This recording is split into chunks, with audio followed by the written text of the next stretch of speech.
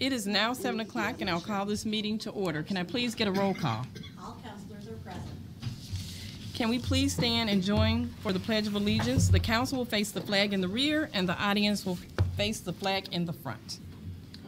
I pledge allegiance to the flag of the United States of America and to the republic for which it stands, one nation, under God, indivisible, with liberty and justice for all.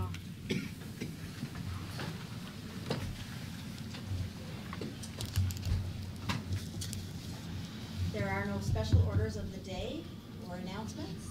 So 4A, under public hearings, is consideration of ordinance number 3672 to amend section 12.07 sub 3 and sub 6 of the subdivision ordinance chapter 12 pertaining to street standards. Community Development Director Julie Christensen will provide us some background information.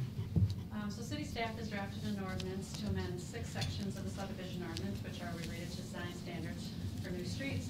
They're intended to address existing deficiencies in the ordinance while lowering infrastructure costs associated with unnecessarily wide streets. And these would only apply to new subdivisions platted after the effective date of the ordinance. So section 1 stipulates that a turnaround may be required for dead-end streets that will be extended in the future if necessary for fire department apparatus and or trash and recycling collection. Section 2 allows the city engineer to increase minimum street widths and alter on-street parking allowances in non-residential areas, so like an industrial subdivision, a commercial subdivision. Section 3 is just a technical correction.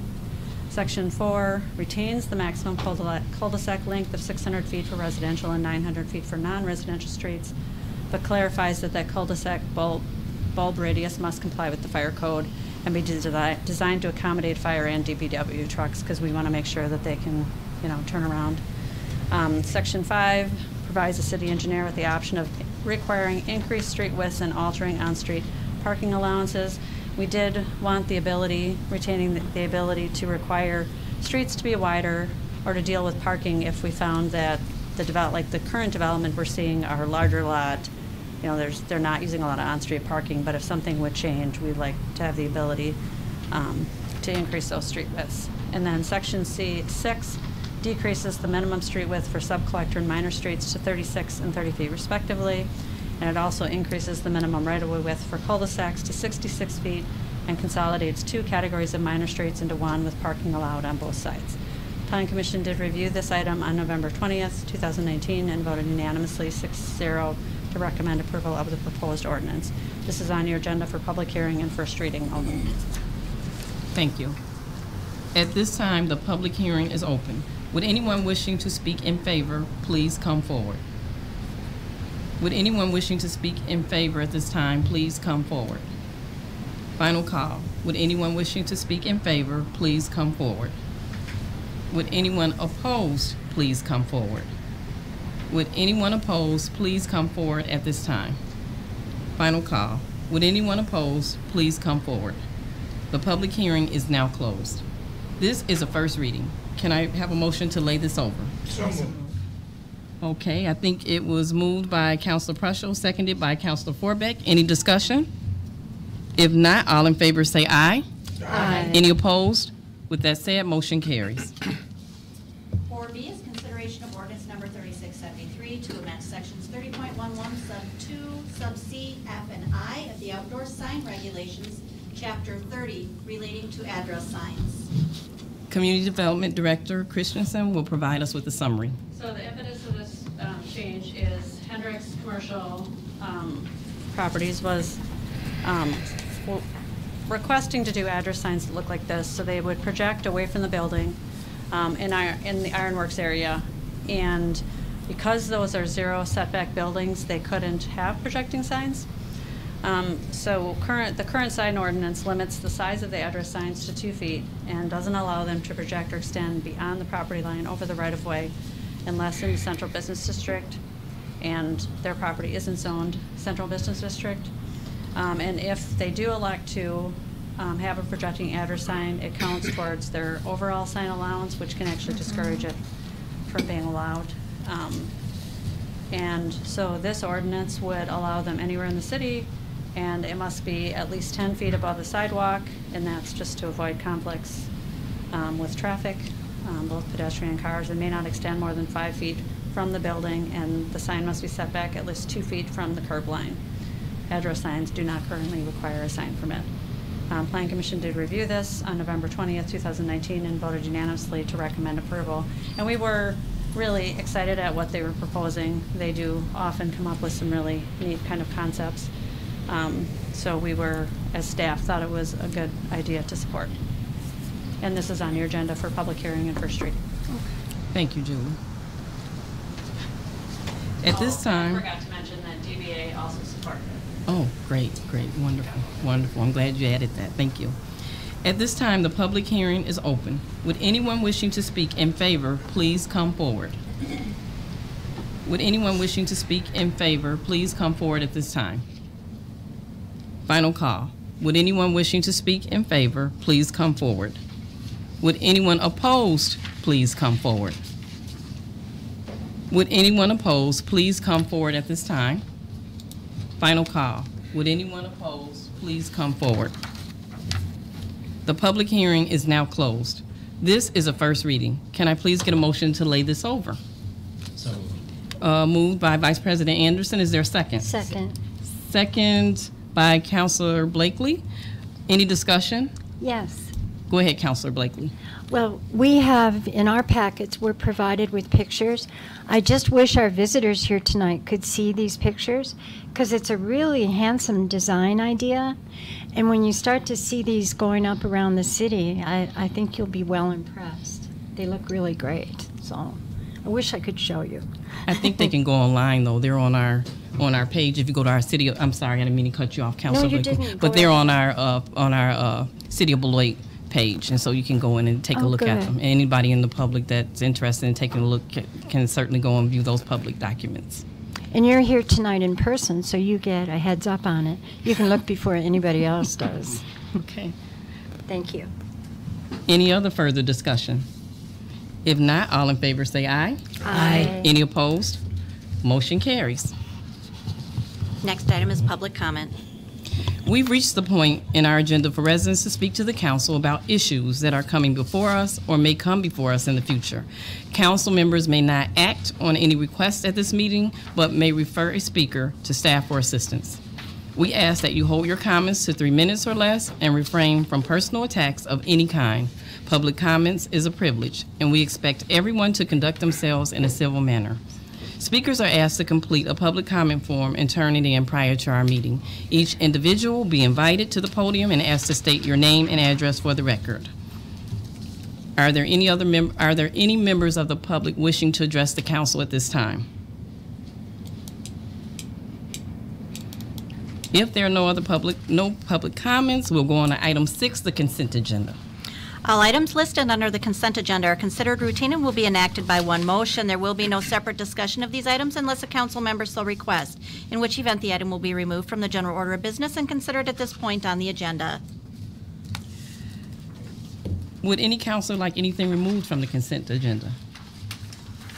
The consent agenda consists of items 6A through 6H.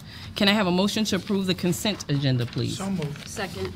Okay, we got a motion by Councilor Prushel, second by Councilor Jacobson. Any discussion? If not, all in favor say aye. Aye. Any opposed? Motion carries.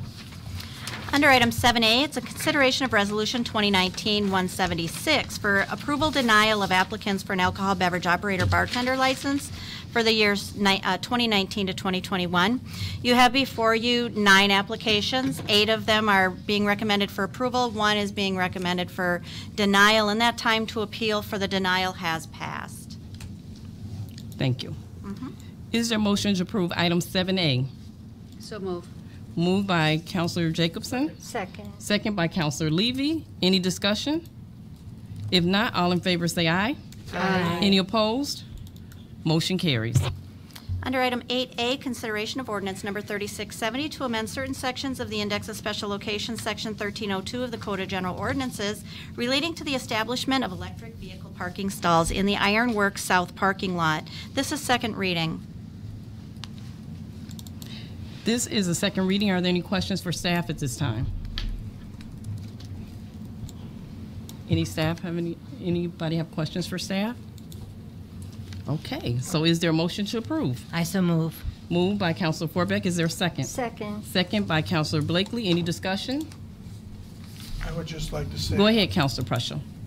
Jason, if you wanted to, you could explain, like you explained before to us, to me, that this has a 2-year lease and there's no overhead involved in this currently. You're going through an assessment period to determine the cost of operation at this time. So Yeah, I think if you that stated it covers very everything, well. I'm not sure. My voice is kind of shot.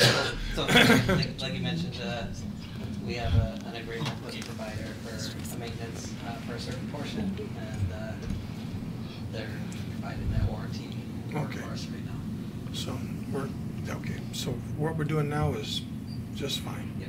Thank you. Jason, can you state your name and your title for the record? Jason Dupuy, Assistant City Engineer. Okay, thank you, just for those that are listening. Okay, so we have a motion, and then we also have a second. Any other further discussion? No.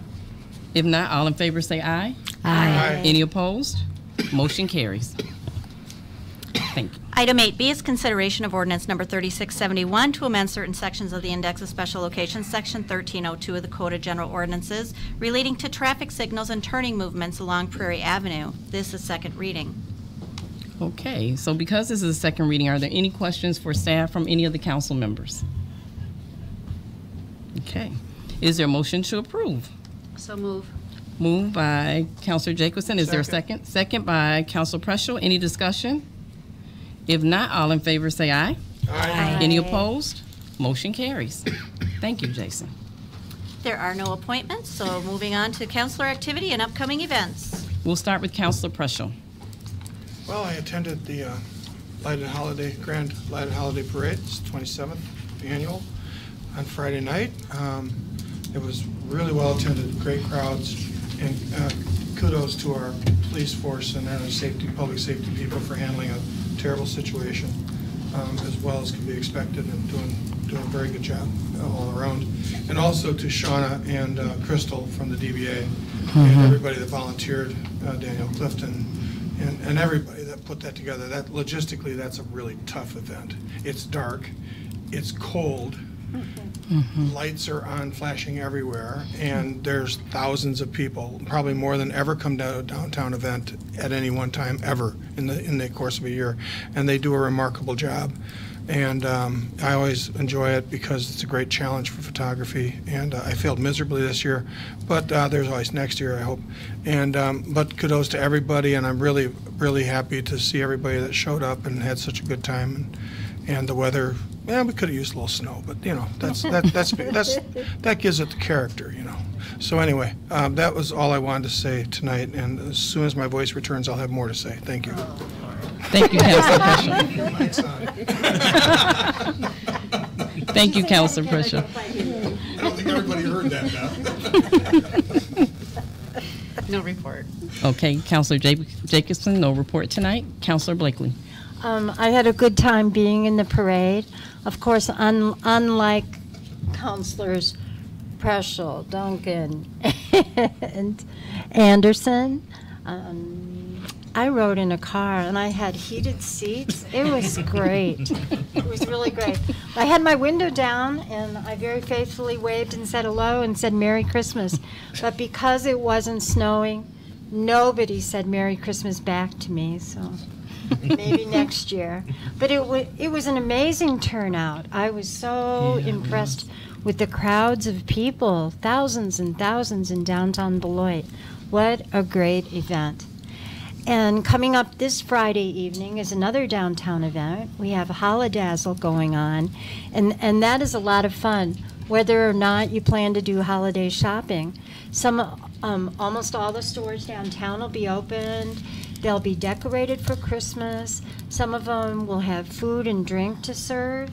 And there'll be a lot of interesting and unusual things for sale, too, if you're in the mood to pick up a few presents ahead of time. So that's Holidazzle this Friday evening from 5 to 9 downtown. Thank you, Counselor Blakely. You're welcome. Counselor Levy. Thank you. Madam President, I hope you would provide me a few extra minutes to provide my comments tonight. I I have a couple topics that have been on my heart for a very long time, and I would like to share them with the general public. First, the increased numbers of missing persons. We have one currently in the city of Beloit, but every day you pick up the paper or watch the news or even view Facebook, there are children and adults missing at an alarming rate. It is truly overwhelming and boggles one's mind. I ask that each of us constantly be aware of our surroundings, look around as you are proceeding to your various destinations, focus more on your surroundings and less on your phones, etc., as you are coming and going into and out of buildings. Parents, please keep an eye on your children in stores, at bus stops, etc., and never let them walk alone. I realize this may be tough in some circumstances, yet I still say we must protect our children. Train them on what to look for, but most importantly, how to get immediate attention if they are approached by strangers. It's sad to admit that days where children can go play outside unattended are a thing of the past. This is just my opinion. The second area is homelessness. I applaud Julie and her staff and the work they do with many agencies who are working to combat this crisis. If I had a magic wand, I would simply wave it and place everyone in a place of their own. Since I don't have that magic wand, we must continue to look for ways to eliminate it. This is not an easy task and will not be accomplished overnight. I struggle each day knowing that there are people living on the streets or in temporary shelters. Again, I applaud everyone who is playing a part to address this crisis. Dare I say, it is truly by the grace of God that we are not in this place. I challenge each of us to constantly look for ways to help eliminate homelessness. This is not just a Beloit problem, it's a nation problem. So on Saturday, December 14th, from 1:30 to 3:30, I will be teaming up with Mark Perry and the Community Action, collecting adult socks and blankets to distribute to the homeless population in the city. We are looking for as many blankets and socks from people that would like to donate. I am asking all of my colleagues and anyone on the city staff that would like to join me in this effort to do so. Your support would greatly be appreciated. And again, I thank you, Madam President, for allowing me to take additional time for my comments this evening. Councilor Levy, can you restate that date, please? Saturday, December 14th, from 1:30 to 3:30 at the Merrill Community Center. And you can just bring them in and you can just drop them off. And then Mark and Community Action and myself will be distributing them. We're hoping to get a lot, and then talking with Mark, what we don't distribute at that time, when they do the count again in January, they'll pass some more out as well. But I think this is something that I know Julie and I have talked about, and Mark and I continue to talk about. And as we talk to people in the community, what we're hearing is people are saying, what can we do about the homeless population? And I think it's going to be, first of all, an educational piece, because I think the norm is everyone thinks homeless people are just people who want to be there, who are on addictions or whatever. But I think education is going to be the key to help people understand that that's not only what we're talking about when we're homeless, but you know, as we sit around for Thanksgiving and Christmas and below zero weather, and we're sitting in our homes nice and warm, there's people out there who don't have that. So, you know, this has been something on me pretty much ever since I've gotten back on the council.